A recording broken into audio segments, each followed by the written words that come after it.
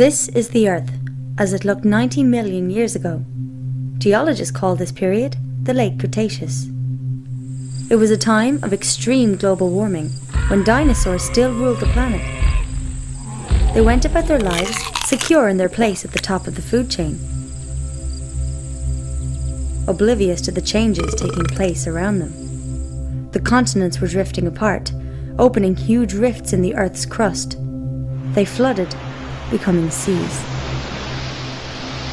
Algae thrived in the extreme heat, poisoning the water. They died and fell in their trillions to the bottom of the rifts. Rivers washed sediment into the seas until the organic remains of the algae were buried. As the pressure grew, so did the heat, until a chemical reaction transformed the organics into hydrocarbon fossil fuels, oil, and natural gas. A similar process occurred on land, which produced coal. It took nature about 5 million years to create the fossil fuels that the world consumes in 1 year.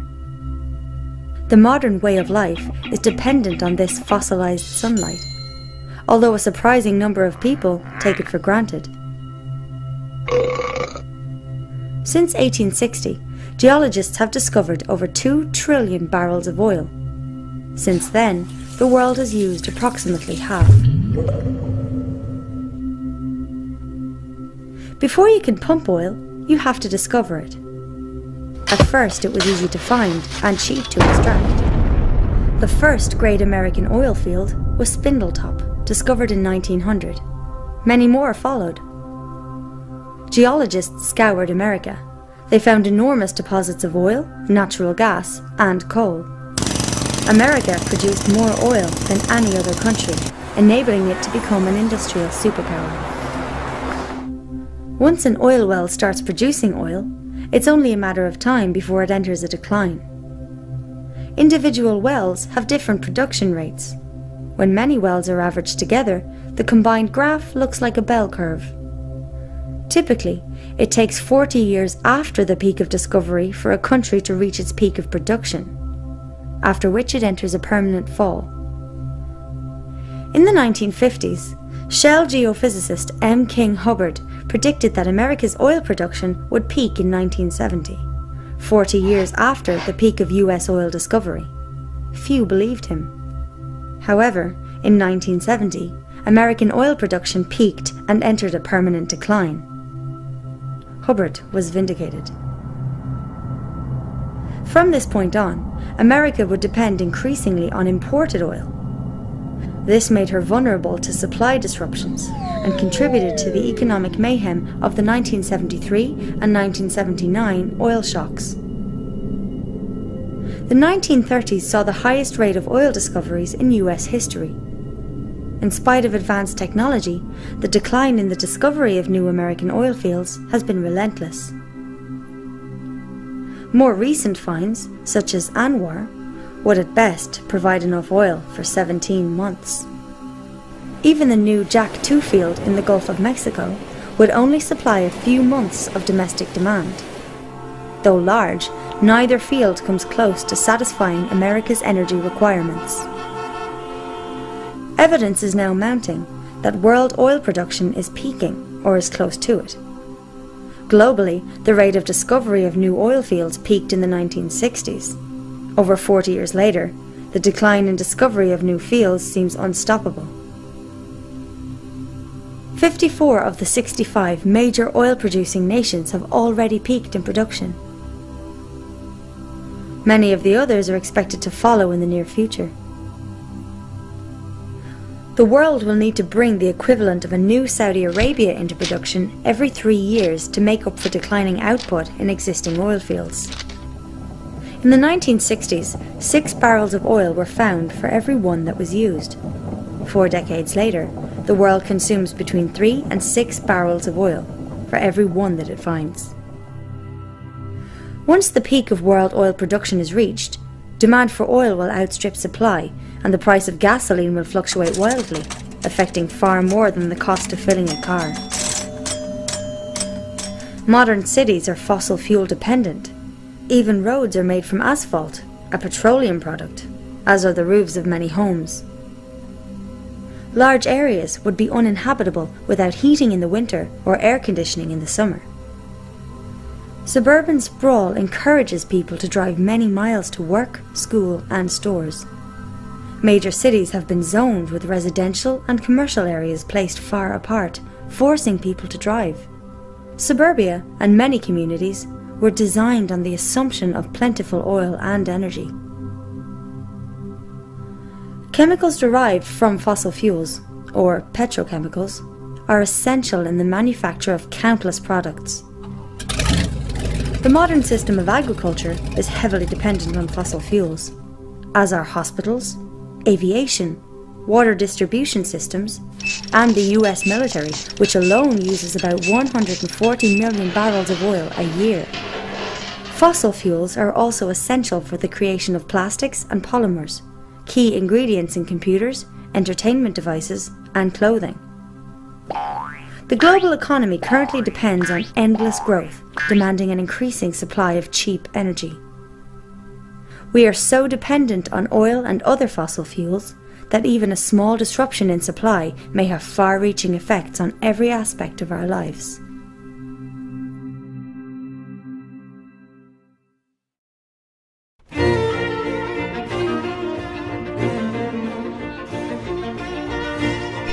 Energy is the ability to do work. The average American has available the energy equivalent of about 150 slaves working 24 hours a day. Materials that store this energy for work are called fuels. Some fuels contain more energy than others. This is called energy density. Of these fuels, oil is the most critical. The world consumes 30 billion barrels a year, equal to 1 cubic mile of oil, which contains as much energy as would be generated from 52 nuclear power plants working for the next 50 years. Although oil only generates 1.6% of US electricity, it powers 96% of all transportation. In 2008, 2/3 of America's oil was imported. Most was from Canada, Mexico, Saudi Arabia, Venezuela, Nigeria, Iraq, and Angola. Several factors make oil unique. It is energy dense. 1 barrel contains the energy equivalent of almost 3 years of human labor. It is liquid at room temperature, easy to transport, and usable in small engines. To acquire energy, you have to use energy. The trick is to use smaller amounts to find and extract larger amounts. This is called EROEI, energy return on energy invested. Conventional oil is a good example. The easy-to-extract, high-quality crude was pumped first. Oilmen spent the energy equivalent of 1 barrel of oil to find and extract 100. The EROEI of oil was 100. As the easy-to-find oil was pumped first, exploration moved into deep waters, or distant countries, using increasing amounts of energy to do so. Often, the oil found now is heavy or sour crude and is expensive to refine. The EROEI for oil today is as low as 10. If you use more energy to get the fuel than is contained in the fuel, it's not worth the effort to get it. It is possible to convert one fuel source into another. Every time you do so, some of the energy contained in the original fuel is lost. For instance, There is unconventional oil, tar sands and shale. Tar sands are found mainly in Canada. 2/3 of the world's shale is in the US. Both of these fuels can be converted to synthetic crude oil. However, this requires large amounts of heat in fresh water, reducing their EROEI, which varies from 5 to as low as 1.5. Shale is an exceptionally poor fuel, pound for pound containing about 1/3 the energy of a box of breakfast cereal. Coal exists in vast quantities and generates almost half of the planet's electricity. The world uses almost 2 cubic miles of coal a year. However, global coal production may peak before 2040. The claim that America has centuries' worth of coal is deceptive, as it fails to account for growing demand and decreasing quality. Much of the high-quality anthracite coal is gone, leaving lower-quality coal that is less energy-dense. Production issues arise as surface coal is depleted and miners have to dig deeper and in less accessible areas. Many use destructive mountaintop removal to reach coal deposits, causing environmental mayhem. Natural gas is often found alongside oil and coal. North American discovery of conventional gas peaked in the 1950s and production peaked in the early 70s. If the discovery graph is moved forward by 23 years, the possible future of North American conventional natural gas production is revealed. Recent breakthroughs have allowed the extraction of unconventional natural gas, such as shale gas, which might help offset decline in the years ahead. Unconventional natural gas is controversial, as it needs high energy prices to be profitable.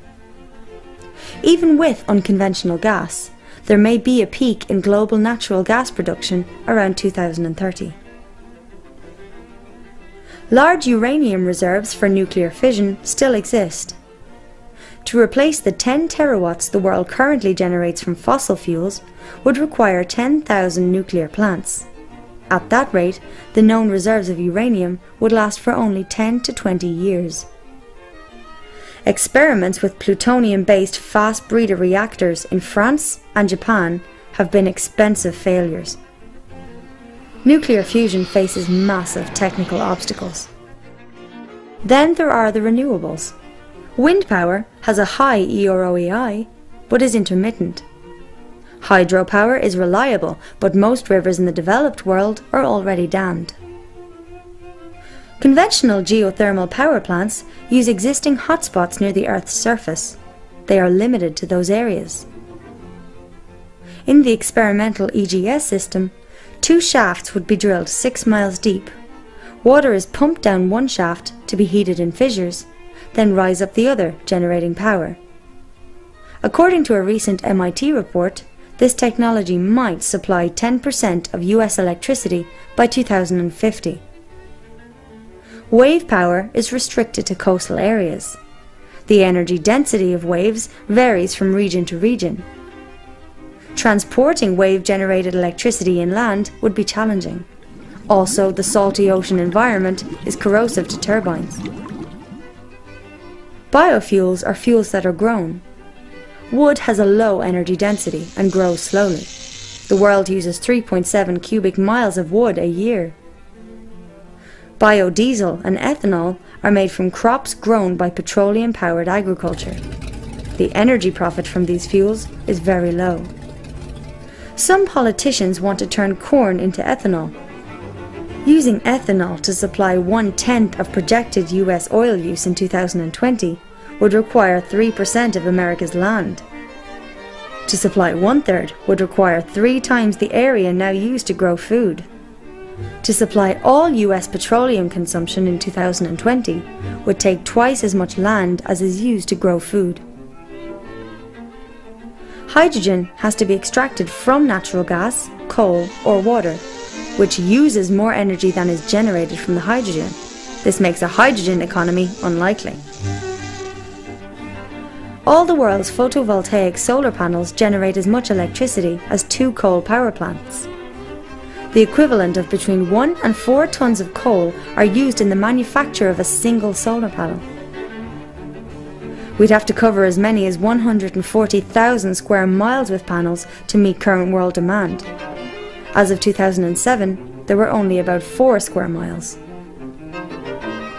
Concentrated solar power, or solar thermal, has great potential, though at the moment there are only a small number of plants operating.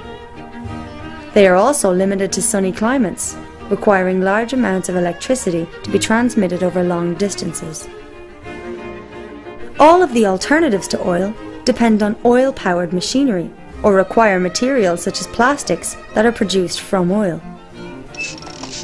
When considering future claims of amazing new fuels or inventions, ask, does the advocate have a working commercial model of the invention? What is its energy density? Can it be stored or easily distributed? Is it reliable or intermittent? Can it be scaled to a national level? Are there hidden engineering challenges? What is the E or OEI? What are the environmental impacts? Remember that large numbers can be deceptive. For example, 1 billion barrels of oil will satisfy global demand for only 12 days. A transition from fossil fuels would be a monumental challenge. As of 2007, coal generates 48.5% of US electricity. 21.6% is from natural gas. 1.6% is from petroleum. 19.4% is from nuclear. 5.8% is from hydro. Other renewables only generate 2.5%. Is it possible to replace a system based on fossil fuels with a patchwork of alternatives? Major technological advances are needed, as well as political will and cooperation, massive investment, international consensus, the retrofitting of the $45 trillion global economy, including transportation, manufacturing industries and agricultural systems, as well as officials competent to manage the transition. If all these are achieved, could the current way of life continue?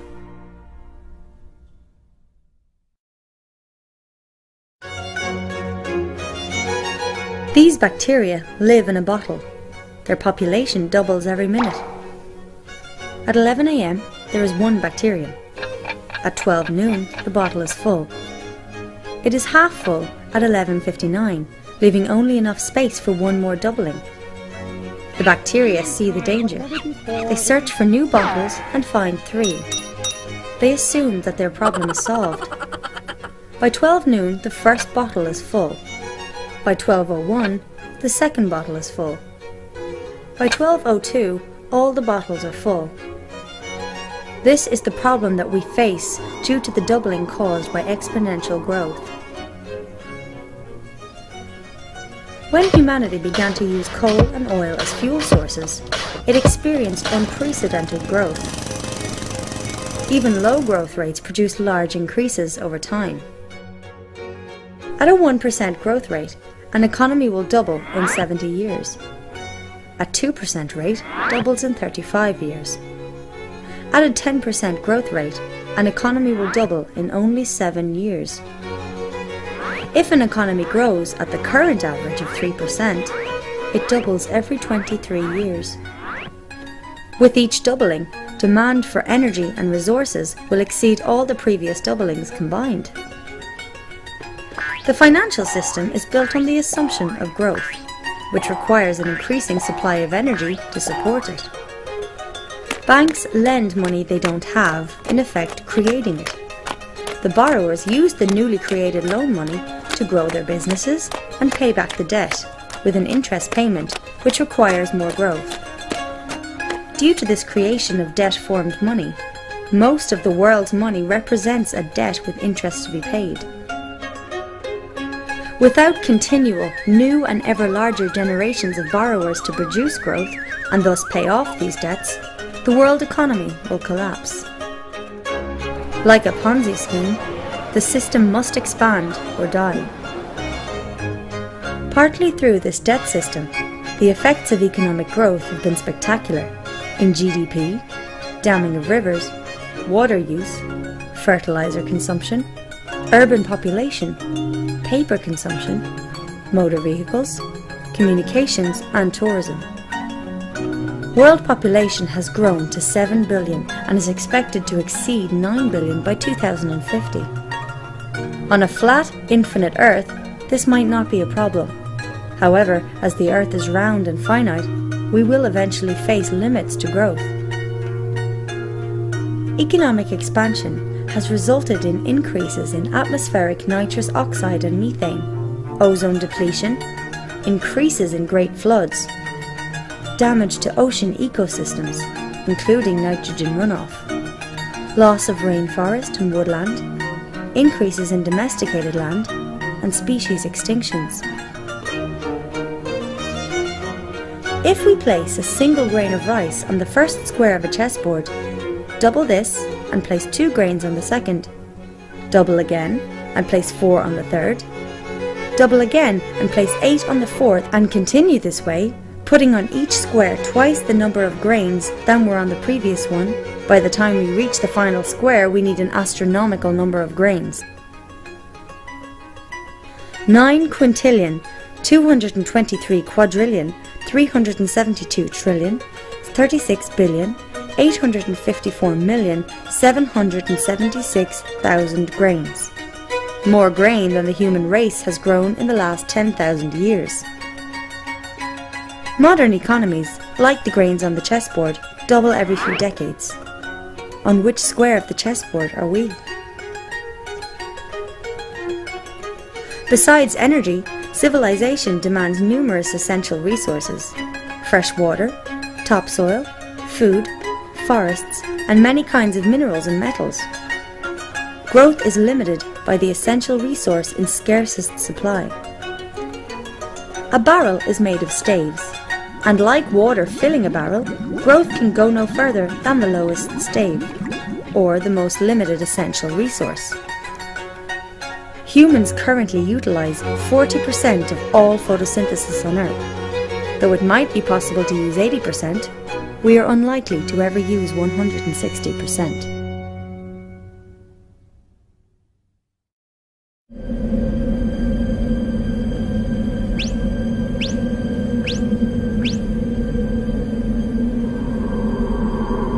The global food supply relies heavily on fossil fuels. Before World War I, all agriculture was organic. Following the invention of fossil fuel-derived fertilizers and pesticides, there were massive improvements in food production, allowing for increases in human population. The use of artificial fertilizers has fed far more people than would have been possible with organic agriculture alone. Fossil fuels are needed for farming equipment, transportation, refrigeration, packaging in plastic, and cooking. Modern agriculture uses land to turn fossil fuels into food and food into people. About 7 calories of fossil fuel energy are used to produce 1 calorie of food. In America, food travels approximately 1,500 miles from farm to customer.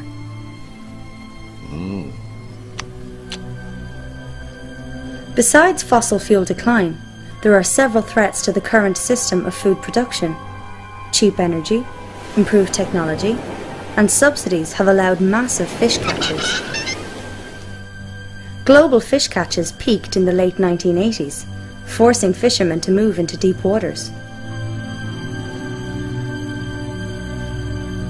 Nitrogen runoff by fossil fuel-based fertilizers poisons rivers and seas, creating enormous dead zones. At this rate, all fish populations are projected to collapse by 2048. Acid rain from cities and industries leaches the soil of vital nutrients such as potassium, calcium, and magnesium. Another threat is a lack of water. Many farms use water pumped from underground aquifers for irrigation. The aquifers need thousands of years to fill up, but can be pumped dry in a few decades, like oil wells. America's massive Ogallala aquifer has fallen so low that many farmers have had to return to less productive dry land farming. Additionally, the use of irrigation and fertilizers can lead to salinization, the accumulation of salt in the soil. This is a major cause of desertification. Still another threat is topsoil loss. 200 years ago, there were 6 feet of topsoil on the American prairies. Today, through tillage and poor practices, approximately half is gone. Irrigation encourages the growth of stem rust fungi like UG99, which has the potential to destroy 80% of the world's grain harvest. According to Norman Borlaug, father of the Green Revolution, stem rust has immense potential for social and human destruction. The use of biofuels means that less land will be available for food production. An area has a finite carrying capacity. This is the number of animals or people that can live there indefinitely. If a species overshoots the carrying capacity of that area, it will die back until the population returns to its natural limits. The world has avoided this die-off by finding new lands to cultivate or by increasing production, which has been possible largely thanks to oil. To continue growth, more resources are required than the Earth can provide, but no new planets are available. In the face of all these challenges, global food production must double by 2050 to feed the growing world population. 1 billion people are already malnourished or starving. There will be challenges in feeding over 9 billion in the years to come, when world oil and natural gas production will be in decline.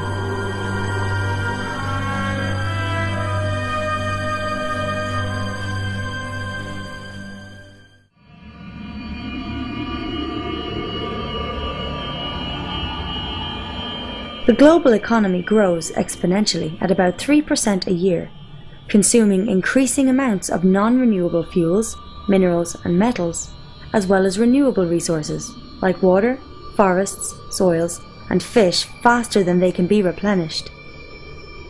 Even at a growth rate of 1%, an economy will double in 70 years. The problem is intensified by other factors. Globalization allows people on one continent to buy goods and food made by those on another. The lines of supply are long, placing strains on a limited oil resource. We now rely on distant countries for basic necessities. Modern cities are fossil fuel dependent. Most banking systems are based on debt, forcing people into a spiral of loans and repayments, producing growth. What can be done in the face of these problems? Many believe that the crisis can be prevented through conservation, technology, smart growth, recycling, electric cars and hybrids, substitution, or voting. Conservation will save you money, but it alone won't save the planet. If some people cut back on oil use, the reduced demand will drive down the price, allowing others to buy it for less. In the same fashion, a more efficient engine that uses less energy will, paradoxically, lead to greater energy use. In the 19th century, English economist William Stanley Jevons realized that better steam engines made coal a more cost-effective fuel source, which led to the use of more steam engines, which increased total coal consumption. Growth of use will consume any energy or resource saved through conservation.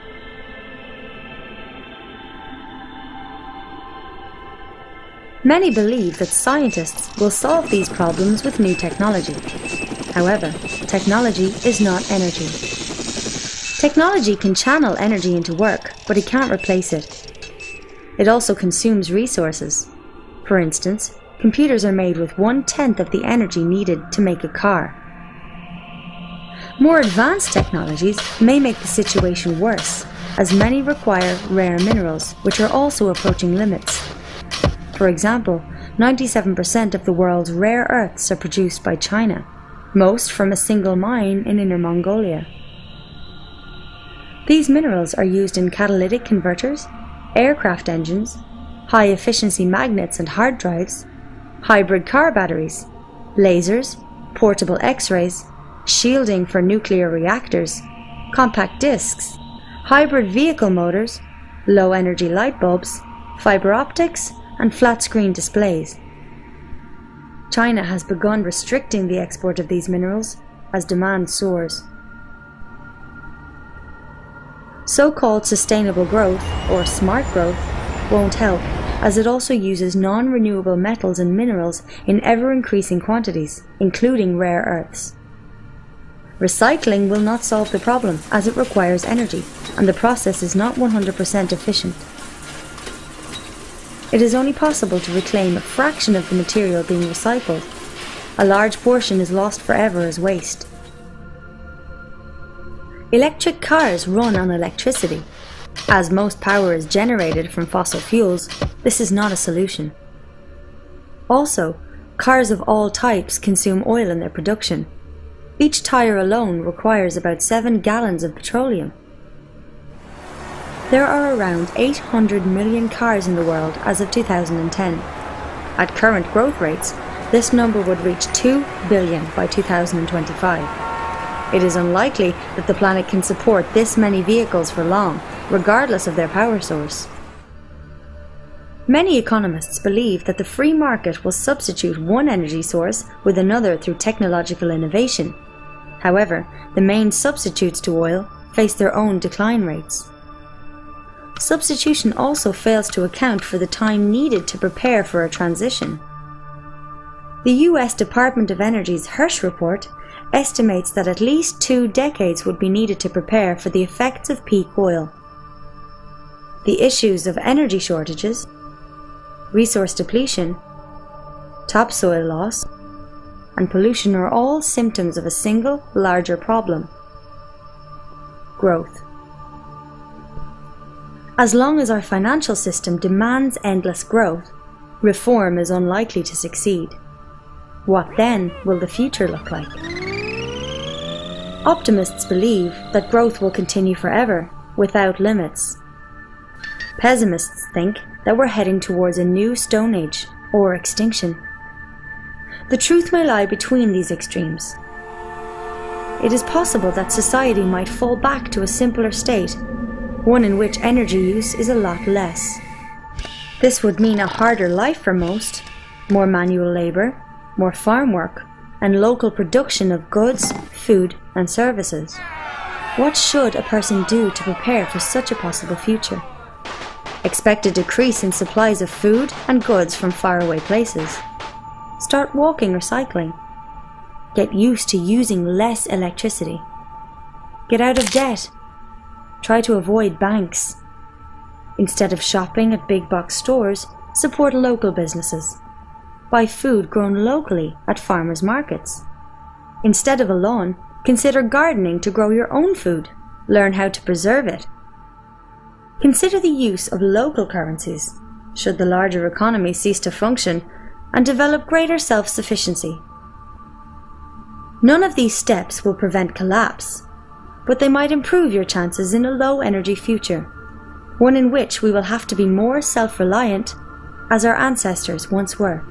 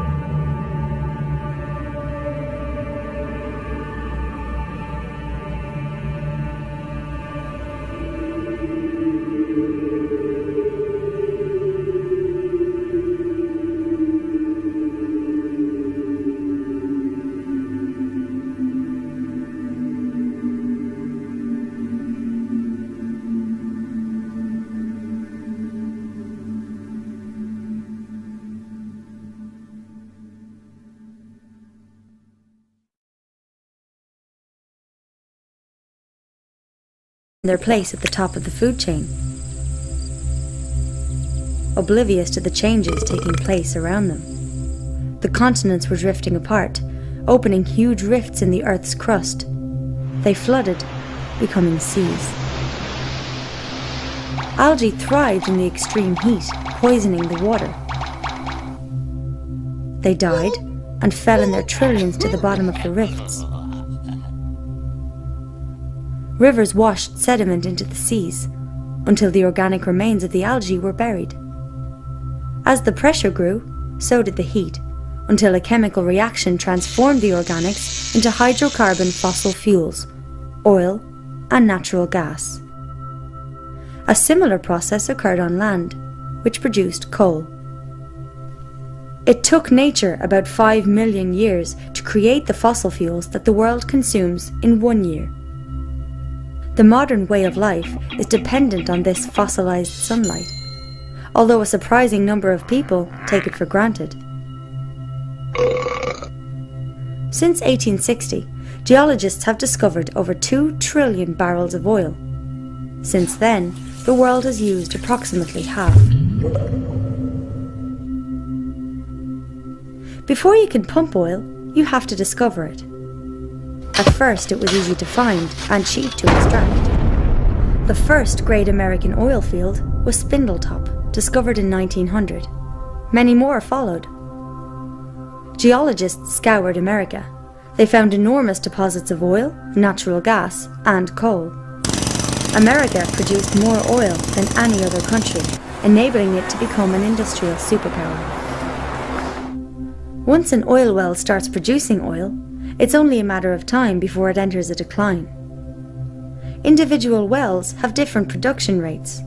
When many wells are averaged together, the combined graph looks like a bell.